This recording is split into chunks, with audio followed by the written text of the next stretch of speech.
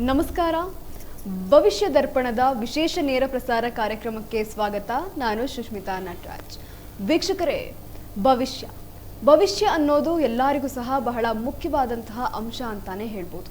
ಯಾಕೆ ಅಂತ ಅಂದರೆ ಭವಿಷ್ಯದಲ್ಲಿ ಮುಂದೆ ಏನಾಗುತ್ತೆ, ಇವಾಗ ಏನಾಗುತ್ತೆ, ನಾಳೆ ಏನಾಗುತ್ತೆ, ಎಲ್ಲರೂ ಸಹ ಬಹಳ ಚಿಂತಾಜನಕವಾಗಿ ಚಿಂತವನ್ನ ಮಾಡ್ತಾನೆ ಇರ್ತೀವಿ.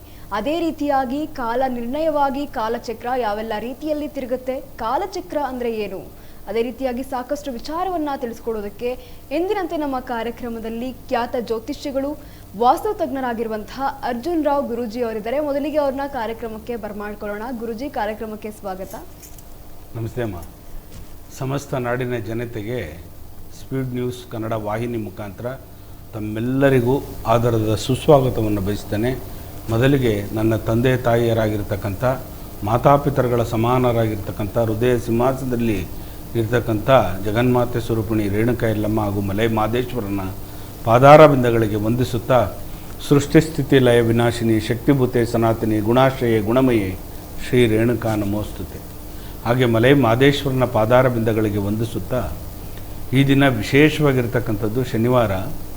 ಅಧಿಕ ಜ್ಯೇಷ್ಠ ಮಾಸದಲ್ಲಿ ಈ ಶನಿವಾರದ ದಿನ ನಾವು ಯಾವ ಅನುಷ್ಠಾನಗಳನ್ನು ಮಾಡಬೇಕು, ಯಾವ ಒಂದು ಪೂಜಾ ಕ್ರಮಗಳನ್ನು ಅನುಸರಣೆ ಮಾಡಬೇಕು, ಆಮೇಲೆ ಮುಂದಿನ ಭವಿಷ್ಯ, ರಾಜಕೀಯದ ಭವಿಷ್ಯ ಆಗಿರಲಿ, ನಮ್ಮ ಜೀವನದ ಭವಿಷ್ಯ ಆಗಿರಲಿ, ಅಷ್ಟಮಂಗಲ ಪ್ರಶ್ನೆಯನ್ನು ಹಾಕಿ ನಾವು ಕೆಲವೆಲ್ಲವನ್ನು ನೋಡಿಕೊಂಡು ತಮ್ಮ ಮುಂದೆ ನಾನು ನನ್ನ ಮಗಳು ಇಬ್ಬರೂ ಕೂಡ ನಿಮ್ಮ ಮುಂದೆ ಈ ವಿಚಾರವನ್ನು ತಮ್ಮ ಮುಂದೆ ಹೇಳೋಕ್ಕೆ ಇಷ್ಟಪಡ್ತೀನಿ. ಮತ್ತು ವಿಶೇಷವಾಗಿರ್ತಕ್ಕಂಥ ಕಾರ್ಯಕ್ರಮ, ಈ ಕಾರ್ಯಕ್ರಮದಲ್ಲಿ ನನ್ನ ಜೊತೆಲಿ ನೀವು ಮಾತಾಡ್ಬೋದು, ನಮ್ಮ ಮಗಳ ಜೊತೆಲೂ ಮಾತಾಡ್ಬೋದು. ಈ ಕಾರ್ಯಕ್ರಮ ನಿಮಗೋಸ್ಕರ ಈ ಕಾರ್ಯಕ್ರಮ ಆಯೋಜನೆ ಮಾಡ್ತಕ್ಕಂಥದ್ದು. ಮನುಕುಲಕ್ಕೆ ಒಳ್ಳೆಯದಾಗಲಿ, 4 ಜನಕ್ಕೆ ಒಳ್ಳೆಯದಾಗಲಿ ಅಂಥೇಳಿ ನಾವು ನಮ್ಮ ಮಗಳು ಈ ಕಾರ್ಯಕ್ರಮವನ್ನು ಮುಂದುವರಿಸ್ತೀವಿ. ಕಾದು ನೋಡಿ. ನಿಮಗೆಲ್ಲರಿಗೂ ಒಂದು ವಿಶೇಷವಾಗಿರ್ತಕ್ಕಂಥ ಅನುಷ್ಠಾನಗಳು ಮತ್ತು ಏನೇನು ಮಾಡಬೇಕು ಇದನ್ನೆಲ್ಲ ನಾನು ಒಂದೊಂದಾಗಿ ಈ ವಾರದಲ್ಲಿ ಮತ್ತು ನಾಳೆ ನಾವು ವಾರದ ಭವಿಷ್ಯವನ್ನು ನಾವು ತಮಗೆ ವ್ಯಕ್ತಪಡಿಸ್ತೀವಿ ಇದೇ ಸಮಯದಲ್ಲಿ.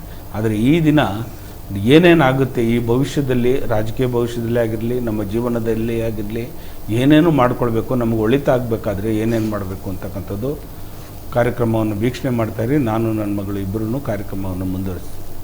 ಅಪ್ಪಾಜಿ, ಈಗಾಗಲೇ ನೀವು ತಿಳಿಸ್ಕೊಡ್ತಾ ರಾಜಕೀಯ ಅನ್ನುವಂಥ ಪದನ ಉಪಯೋಗಿಸಿದ್ರಿ. ಈಗಾಗಲೇ ನಾವು ಕಳೆದ ವಾರ ಮಾತಾಡಿದ ಹಾಗೆ ನೀವು ರಾಜಕೀಯದಲ್ಲಾಗಲಿ ಕ್ರೀಡೆಲಾಗಿರಲಿ ಹೇಳಿರುವಂತಹ 2 ಭವಿಷ್ಯವೂ ಸಹ ಇದೀಗ ಸತ್ಯ ಆಗಿರುವಂಥದ್ದು.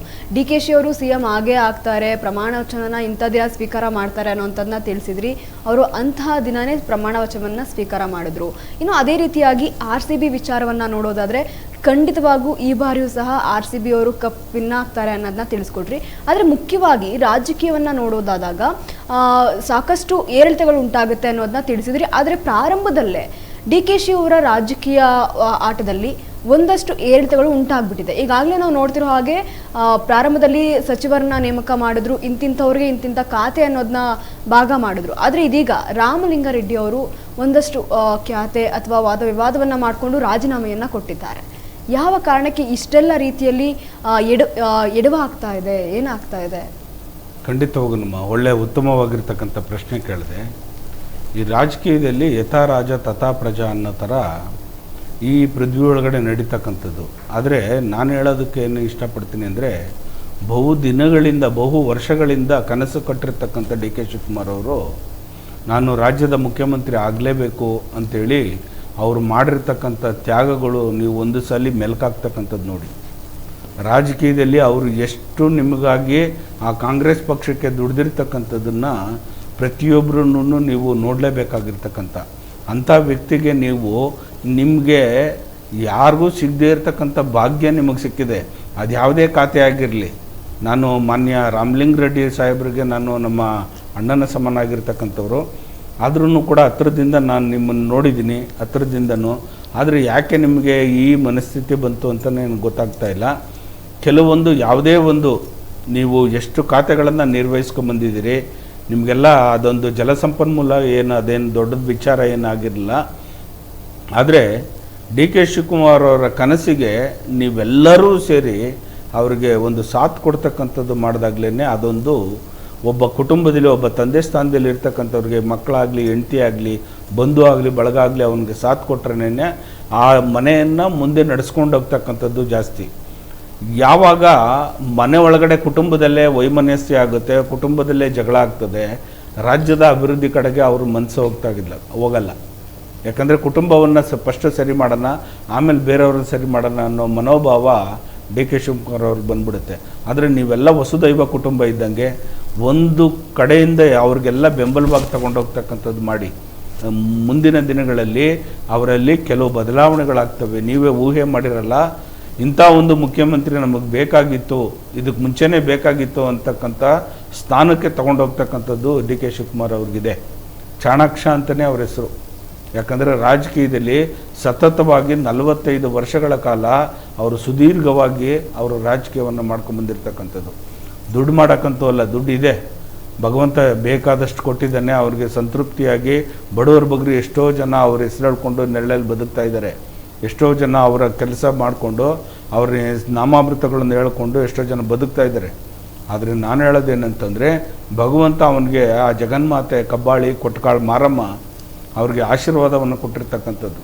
ಹಾಗಾಗಿ ಅವ್ರಿಗೆ ಬೆನ್ನೆಲುಬಾಗಿ ನಿಂತ್ಕೊಂಡಿರ್ತಕ್ಕಂಥದ್ದು ಶಕ್ತಿ ದೇವತೆಗಳು.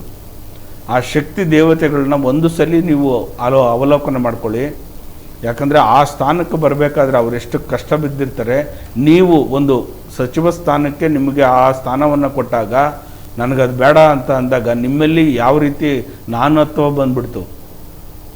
ಯಾವುದೇ ಖಾತೆ ಕೊಡಲಿ ಬಿಡಿ, ಕೆಲವ್ರಿಗೆ ಆ ಖಾತೆನೂ ಇಲ್ದಿರೇ ಎಷ್ಟೋ ಜನ 3 ಬಾರಿ 4 ಬಾರಿ ವಿನ್ ಆಗಿರೋದಕ್ಕಂಥವ್ರಿಗೂ ಆ ಅವಕಾಶ ಸಿಕ್ಕಿಲ್ವಲ್ಲ. ಭಗವಂತ ನಿಮಗೆ ಅವಕಾಶ ಮಾಡಿಕೊಟ್ಟಿದ್ದಾನಲ್ಲ, ಅದನ್ನು ಯಾಕೆ ಉಪಯೋಗಿಸ್ಕೊತಾ ಇಲ್ಲ? ಖಂಡಿತವಾಗೂ ಮುಂದಿನ ದಿನಮಾನಗಳಲ್ಲಿ ಈ ರೀತಿ ಯಾವುದೇ ರೀತಿಯಾದ ನಿಮ್ಮ ಸಚಿವ ಸಂಪುಟದಲ್ಲಿ ಭಿನ್ನಾಭಿಪ್ರಾಯಗಳು ದಯವಿಟ್ಟು ಬರೋದು ಬೇಡ. ಯಾಕಂದರೆ ಕಾಂಗ್ರೆಸ್ ಪಕ್ಷ ಅನ್ನೋದು ಅದಕ್ಕೆ ಒಂದು ಇತಿಹಾಸ ಇದೆ, ಅದಕ್ಕೊಂದು ಹಿನ್ನೆಲೆ ಇದೆ, ಅದಕ್ಕೊಂದು ಆ ರಾಜಕೀಯದ ಒಂದು ಇತಿಹಾಸನೇ ಅದು ಪುಟ ತೆಗೆದು ನೋಡಿದಾಗ ಅದಕ್ಕೊಂದು ದೊಡ್ಡ ಮಹಾನ್ ಚೇತನವಾಗಿರ್ತಕ್ಕಂಥದ್ದು ಕಾಂಗ್ರೆಸ್ ಪಕ್ಷ. ಹಾಗಾಗಿ ಇವಾಗ ಪ್ರಾದೇಶಿಕ ಪಕ್ಷ ಆಗಿರಲಿ ಇಲ್ಲ BJP ಪಕ್ಷ ಆಗಿರಲಿ, ಅದು ಇತ್ತೀಚಿನ ದಿನಗಳಲ್ಲಿ ಕೆಲವೊಂದು ನಮ್ಮ ಕಣ್ಣಿಗೆ ಕಾಣಿಸ್ಕೊಳ್ತಾ ಇರ್ತಕ್ಕಂಥದ್ದು.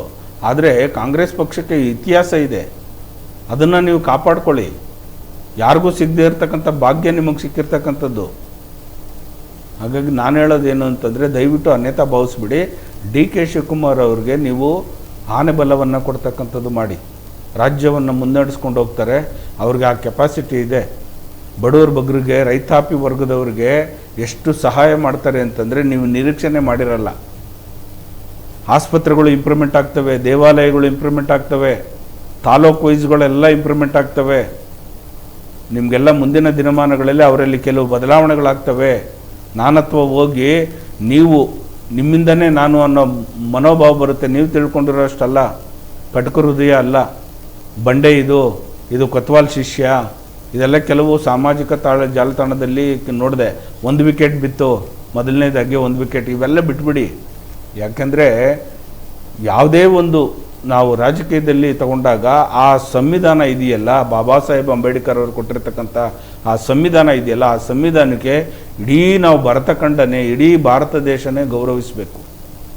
ಅವ್ರು ಯಾವುದೇ ಸ್ಥಾನಕ್ಕೆ ಹೋಗಿರಲಿ, ಉಪಮುಖ್ಯಮಂತ್ರಿ ಆಗಿರಲಿ, ಮುಖ್ಯಮಂತ್ರಿ ಆಗಿರಲಿ, ಗೃಹ ಮಂತ್ರಿ ಆಗಿರಲಿ, ಹೋಮ್ ಮಿನಿಸ್ಟರ್, ಯಾರೇ ಆರೋಗ್ಯ ಮಂತ್ರಿಗಳಾಗಲಿ, ಯಾರೇ ಆಗಲಿ, ಆ ಮಂತ್ರಿ ಸ್ಥಾನಕ್ಕೆ ಹೋದಾಗ ಆ ಸಂವಿಧಾನಕ್ಕೆ ನಾವು ಅಗೌರವವನ್ನು ಸೂಚಿಸಬಾರ್ದು, ಕಾಲಿನಿಂದ ಒದಿತಕ್ಕಂಥ ಕೆಲಸವನ್ನು ಮಾಡಬಾರ್ದು. ನಮ್ಗೆ ಯಾವುದೇ ಖಾತೆ ಕೊಟ್ಟರು ನಾನು ನಿರ್ವಹಿಸ್ತೀನಿ ಅಂತೇಳಿ ಅದರಲ್ಲೇ ಪರ್ಫಾರ್ಮೆನ್ಸ್ ಮಾಡಿ. ಮುಂದಿನ ದಿನಮಾನಗಳಲ್ಲಿ ನಿಮ್ಗೆ ಗುರುತಿಸಿ ಉನ್ನತ ಸ್ಥಾನಕ್ಕೆ ತಗೊಂಡು ಹೋಗ್ತಾರೆ. ನಾನು ಯಾವ ಖಾತೆ ಕೊಟ್ಟರು ನಾನು ನಿಭಾಯಿಸಬಲ್ಲೆ. ಮಾತು ತಪ್ಪಿರ್ಬೋದು, ಆದರೆ ಹೇಳಿರ್ಬೋದು, ಒಂದಲ್ಲ ಒಂದಿನ ಮುಂದಿನ ದಿನಮಾನಗಳಲ್ಲಿ ನಿಮಗೆ ಚೇಂಜ್ ಆಗುತ್ತೆ, ಒಳ್ಳೆಯದಾಗುತ್ತೆ. ಅದೇನು ಸಾಮಾನ್ಯವಾಗಿರ್ತಕ್ಕಂಥದ್ದು ಏನಲ್ವಲ್ಲ. ಜಲಸಂಪನ್ಮೂಲ ಆಗಿರ್ಬೋದು, ಮತ್ತೊಂದೇ ಆಗಿರ್ಬೋದು, ಗೃಹ ಇಲಾಖೆ ಆಗಿರ್ಬೋದು, ನಗರಾಭಿವೃದ್ಧಿನೇ ಆಗಿರ್ಬೋದು, ಅದನ್ನು ಯಾವುದೇ ಖಾತೆ ಕೊಟ್ಟರು ಆ ನಿಮ್ಮ ಹಿರಿಯರು ಹೈಕಮಾಂಡ್ ಅವರು ಏನು ಸೂಚಿಸಿರ್ತಾರೆ ಅದನ್ನು ನೀವು ದಯವಿಟ್ಟು ಪರಿಪಾಲನೆ ಮಾಡ್ಕೊಳ್ಳಿ ಅಂತ ಮಾನ್ಯ ರಾಮಲಿಂಗಾರೆಡ್ಡಿ ಸಾಹೇಬ್ರಿಗೆ ನಾನು ಮನವಿಯನ್ನು ಮಾಡ್ಕೊಳ್ತೇನೆ. ಈ ರೀತಿ ನೀವೇ ಹಿರಿಯರು, ತಂದೆ ಸಮಾನರಾಗಿರ್ತಕ್ಕಂಥವ್ರು, ಆ ಒಂದು ಕುಟುಂಬನ ಮುಂದುವರಿಸ್ಕೊಂಡು ಹೋಗ್ತಕ್ಕಂಥದ್ದು ನಿಮಗೆ ಆ ಜವಾಬ್ದಾರಿ ಇದೆ. ನಿಮ್ಮ ಇದರಲ್ಲೇ ಪಳಗಿರ್ತಕ್ಕಂಥವ್ರೆ ಇವರು ಡಿ ಕೆ ಶಿವಕುಮಾರ್ ಅವರು. ನಿಮ್ಮ ಕಾನ್ಸ್ಟಿಟ್ಯೂಷನ್ಗೆ ಬರ್ತಕ್ಕಂಥದ್ದು ಆನೇಕಲ್ ತಾಲೂಕೆ ಆಗಿರ್ಬೋದು, ಕನಕಪುರ ತಾಲೂಕೆ ಆಗಿರ್ಬೋದು, ಹೊಸಕೋಟೆ ತಾಲೂಕೆ ಆಗಿರ್ಬೋದು, ಮಾಗಡಿನೇ ಆಗಿರ್ಬೋದು. ಆದರೆ ನಿಮ್ಮ ಹತ್ರದಲ್ಲಿರ್ತಕ್ಕಂಥವ್ರೆ ನಿಮ್ಮ ಅಣ್ಣ ತಮ್ಮದಿರ ಸಮಾನ, ನಿಮ್ಮ ಕುಟುಂಬ ವಸುದೈವ ಕುಟುಂಬ ಇದ್ದಂಗೆ. ಆ ಕುಟುಂಬಕ್ಕೆ ಮೊದಲನೇದಾಗಿ ನೀವೇ ಈ ರೀತಿ ಮಾಡಿದಾಗ ಇನ್ನು ಮಿಕ್ಕಿದವ್ರು ಏನು ಮಾಡಬಲ್ಲರು? ಹಾಗಾಗಿ ದಯವಿಟ್ಟು ಒಂದು ರಾಜ್ಯನ ಮುಂದುವರಿಸ್ಕೊಂಡು ಹೋಗಬೇಕು ಅಂತಂದರೆ ನೀವೆಲ್ಲರೂ ಕೂಡ ಒಂದು ಬಲಾಬಲವನ್ನು ತೋರಿಸ್ತಕ್ಕಂಥದ್ದು, ಅವ್ರಿಗೆ ಶಕ್ತಿಯನ್ನು ತುಂಬತಕ್ಕಂಥದ್ದು. ಒಬ್ಬ ರಾಜನಾದವನಿಗೆ ಅವನೊಬ್ಬನೇ ಮಾಡೋಕ್ಕೆ ಸಾಧ್ಯ ಇಲ್ಲ. ನೀವೆಲ್ಲನೂ ಶಕ್ತಿ ತುಂಬಿದ್ರೇ ಆ ರಾಜ್ಯವನ್ನು ಮುನ್ನಡೆಸ್ಕೊಂಡು ಹೋಗ್ತಕ್ಕಂಥ ಶಕ್ತಿ ಆ ಭಗವಂತ, ಆ ತಾಯಿ ಜಗನ್ಮಾತೆ ಕಬ್ಬಾಳಿ ಕೊಟ್ಕಾಳು ಮಾರಮ್ಮ, ಆ ಜಗನ್ಮಾತೆ ಆ ಶಕ್ತಿಯನ್ನು ತುಂಬಿದ್ದಾಳೆ. ಮುಂದಿನ ದಿನಮಾನಗಳಲ್ಲಿ ಅವರಲ್ಲಿ ಕೆಲವು ಎಷ್ಟು ಬದಲಾವಣೆಗಳಾಗಿ ನಮ್ಮ ರಾಜ್ಯಕ್ಕೆ ಏನು ಕೊಡುಗೆಯನ್ನು ಕೊಡ್ತಾರೆ ಅನ್ನೋದನ್ನು ನೀವು ನಿರೀಕ್ಷೆ ಮಾಡಿ ನೋಡ್ತಾ ಇರಿ. ನೀವು ಯಾರ್ಯಾರು ಇವತ್ತು ಎಲ್ಲ ಟೀಕಿಸ್ತಾ ಇದ್ದೀರೋ ನೀವೆಲ್ಲ ಬಾಯಿ ಮುಚ್ಚುವಂಥ ಕೆಲಸಗಳು ಅವ್ರು ಮಾಡೇ ಮಾಡ್ತಾರೆ. ಆ ನಂಬಿಕೆ ಆ ದೈವಶಕ್ತಿ ಮೇಲೆ ಅವ್ರಿಗಿದೆ. ನಾವು ಅಷ್ಟಮಂಗಲ ಪ್ರಶ್ನೆ ಹಾಕಿ ನೋಡಿದಾಗ ಮುಂದಿನ ದಿನಮಾನಗಳಲ್ಲಿ ಅವರು ಉನ್ನತ ಸ್ಥಾನಮಾನವನ್ನು ಏರ್ತಕ್ಕಂಥದ್ದು. ಇನ್ನೊಂದು ದುಃಖಕರವಾಗಿರ್ತಕ್ಕಂಥ ವಾತಾವರಣ ಏನಪ್ಪ ಅಂದರೆ ಅಷ್ಟಮಂಗಲ ಪ್ರಶ್ನೆ ಒಳಗಡೆ ಬರೀ 6 ತಿಂಗಳು ಅವರು ರಾಜಕೀಯದಲ್ಲಿ ಇರತಕ್ಕಂಥದ್ದು ಆಗುತ್ತೆ. ಯಾಕಂದರೆ ಮುಂದಿನ ದಿನಮಾನಗಳಲ್ಲಿ ನಿಮ್ಮೆಲ್ಲರ ಒಂದು ಮನಸ್ಥಿತಿಗಳು ಚೇಂಜಸ್ ಆಗಿ ಈ ರಾಜಕೀಯದಲ್ಲಿ ಕಾಂಗ್ರೆಸ್ ಪಕ್ಷನೇ ಆ ಒಂದು 6 ತಿಂಗಳು ಮಾತ್ರ ಅವಧಿಯನ್ನಿರ್ತಕ್ಕಂಥದ್ದು ಮುಂದಿನ ದಿನಮಾನಗಳಲ್ಲಿ ಚುನಾವಣೆಗೆ ಹೋಗ್ತಕ್ಕಂಥದ್ದು ಆಗಿಬಿಡುತ್ತೆ. ಅದನ್ನು ಮಾಡೋದು ಬೇಡ.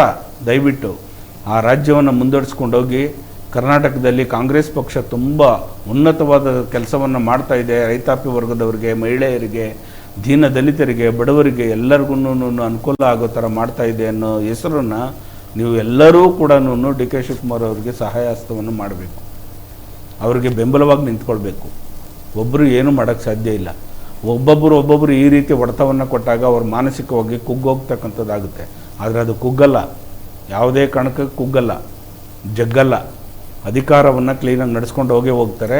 ಆದರೆ ಎಲ್ಲೋ ಒಂದು ಜಾಗದಲ್ಲಿ ಒಂದು 6 ತಿಂಗಳ ಕಾಲ ಅವ್ರಿಗೆ ಆ ರಾಜ್ಯಭಾರವನ್ನು ನಡೆಸ್ತಕ್ಕಂಥ ಶಕ್ತಿ ಇರುತ್ತೆ. ಆನಂತರ ಕ್ಷೀಣಿಸುತ್ತೆ ಅಂತಕ್ಕಂಥದ್ದು ಅಷ್ಟಮಂಗಲ ಪ್ರಶ್ನೆ ಒಳಗಡೆ ಇದೆ. ಹಾಗಾಗಿ ಅದನ್ನು ನಡೆಸ್ಕೊಂಡು ಹೋಗೋದು ದಯವಿಟ್ಟು ನಿಮ್ಮ ಕೈಲಿದೆ. ಸಚಿವರ ಕಡೆಗೆ, ನಿಮ್ಮ ಆಪ್ತರ ಕಡೆಯಿಂದ ಇದೆ. ಅದನ್ನು ನಡೆಸ್ಕೊಂಡು ಹೋಗಿ ಅವ್ರಿಗೆ ಬೆಂಬಲವಾಗಿ ನಿಂತ್ಕೊಳ್ಳಿ ಅಂತ ನಮ್ಮ ವಾಹಿನಿ ಮುಖಾಂತರ ತಮಗೆಲ್ಲ ಹೇಳ್ತೀನಿ. ಈ ರಾಜ್ಯವನ್ನು ಸುಭಿಕ್ಷಿತವಾಗಿ, ಅದರಲ್ಲೂ ರೈತಾಪಿ ವರ್ಗದವರು ನಾವಿವತ್ತು ಉಸಿರಾಡ್ತಾ ಇದ್ದೀವಿ, ನಾವಿವತ್ತು ಬಟ್ಟೆ ಹಾಕ್ಕೊಂಡಿದ್ದೀವಿ, ನಾವಿವತ್ತು ಅನ್ನ ತಿಂತಾ ಇದ್ದೀವಿ ಅಂದರೆ ರೈತಾಪಿ ಬಂಧುಗಳಿಂದನೇ. ರೈತಾಪಿಗಳನ್ನ ಫಸ್ಟು ಅವ್ರನ್ನ ಕಾಪಾಡ್ತಕ್ಕಂಥದ್ದು ಡಿ ಕೆ ಶಿವಕುಮಾರ್ ಅವರು ಫಸ್ಟ್ ಆದ್ಯತೆ ಕೊಡ್ತಾರೆ ಅವರು. ನೀವು ನೋಡಿ ಮುಂದಿನ ದಿನಮಾನಗಳಲ್ಲಿ, ಯಾಕಂದರೆ ರೈತ ಕುಟುಂಬದಿಂದ ಹುಟ್ಟು ಬಂದಿರತಕ್ಕಂಥವ್ರು ಅವರು. ಅಂಥ ಒಂದು ಒಳ್ಳೆ ಮನಸ್ಥಿತಿ ಇರ್ತಕ್ಕಂಥ ಮಹಾನುಭಾವ ಅಂತಲೇ ಹೇಳ್ಬೋದು ನಾವು.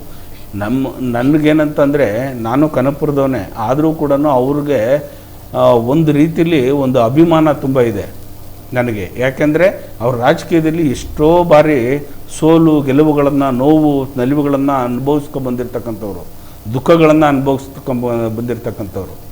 ಅಂಥವ್ರಿಗೆ ಈ ರಾಜ್ಯದ ಪಟ್ಟಾಭಿಷೇಕವನ್ನು, ರಾಜ್ಯರ ಆಳುವಂಥ ಒಂದು ಸ್ಥಾನಮಾನ ಸಿಕ್ಕಿದೆಲ್ಲ ತುಂಬ ಸಂತೋಷವಾಗಿರ್ತಕ್ಕಂಥದ್ದು. ಯಾಕಂದರೆ ಮೊದಲಿನಿಂದ ದೊಡ್ಡದಾಗಿ ಬಂದಿರತಕ್ಕಂಥದ್ದು ಆ ಸ್ಥಾನ. ಆ ಸ್ಥಾನಕ್ಕೆ ಅಗೌರವವನ್ನು ನೀವುಗಳು ಕೊಡಬೇಡಿ. ಅವರಿಗೆ ಸಂವಿಧಾನಕ್ಕೆ ಬದ್ಧವಾಗಿ ನಡ್ಕೊಳ್ಳಿ ಅಂತಲ್ಲಿ ನಮ್ಮ ವಾಹಿನಿ ಮುಖಾಂತರ ಹೇಳೋಕ್ಕೆ ಇಷ್ಟಪಡ್ತೀನಿ.